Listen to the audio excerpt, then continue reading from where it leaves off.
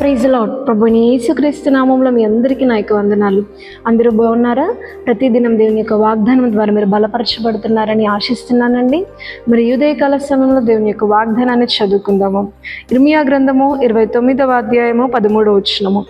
మీరు నన్ను వెతికిన ఎడల పూర్ణ మనస్సుతో నన్ను గూర్చి విచారణ చేయునెడల మీరు నన్ను కనుగొందురు.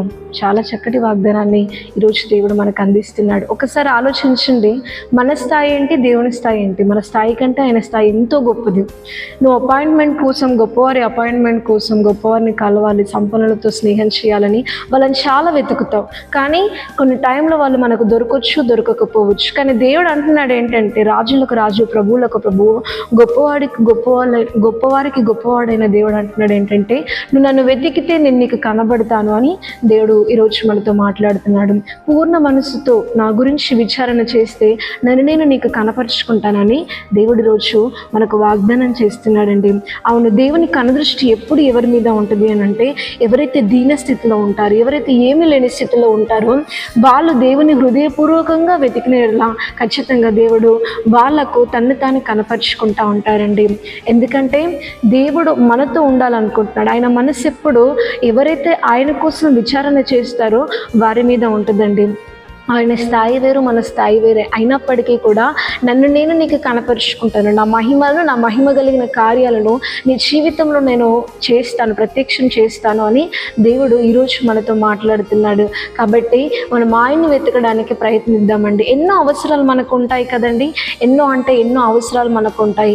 ఆ అవసరాలను తీర్చుకోవడానికి నా అవసరం ఎవరి వల్ల తీర్చబడుతుంది అని చెప్పేసి మన అవసరాలు తీర్చుకోవడానికి మన సరౌండింగ్స్లో అందుబాటులో ఉన్న గొప్పవారి వైపు మనం చూస్తాము, వాళ్ళని రిక్వెస్ట్ చేస్తాము, వాళ్ళని మనం వెంబడిస్తూ ఉంటాము.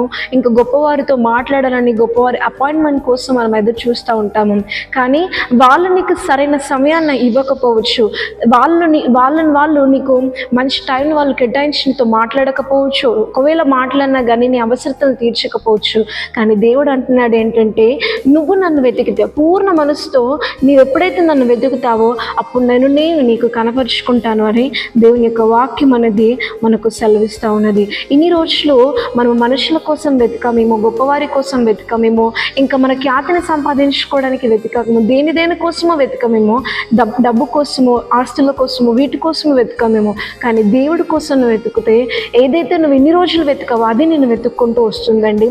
మనుషుల కోసం వెతికితే అన్నీ నేను వెతుక్కుంటావు, వాటి వెంబటి తిరిగి అలసిపోతుంది, నీ శరీరము అలసిపోతుంది, మెంటల్ గాను ఫిజికల్ గాను మనం ఎంతగానో అలసిపోతాము. కానీ దేవుని నువ్వు ఎప్పుడైతే మోకాళ్ళ మీద ఉండి వెతుకుతావో అప్పుడు గత కాలంలో నువ్వు ఏదైతే కావాలని అనుకున్నావో అది నిన్ను వెతుక్కుంటూ వస్తుంది. అది ఆశీర్వాదమైన, దీవెనలు అయినప్పటికీ, మరి ఏదైనప్పటికీ, ఘనతనైనా, ఖ్యాతి అయినా, బంగారమైనా, ఇంకా ఏదైనప్పటికీ కూడా నిన్ను వెతుక్కుంటూ వస్తుంది.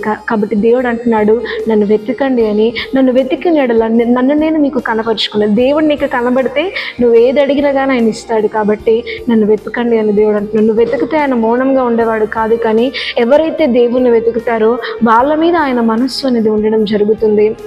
కాబట్టి పూర్ణ మనస్సుతో ఆయన వెతకడం మనం ఆరంభిద్దాము. మన జీవితంలో ఆయన చేయు కార్యముల కోసం కనిపెట్టుకొని అట్టి కృపని, అట్టి అనుభవంలోనికి దేవుడు మనల్ని అందరినీ నడిపించును గాక. ఆమేన్. ప్రార్థన చేసుకుందాం.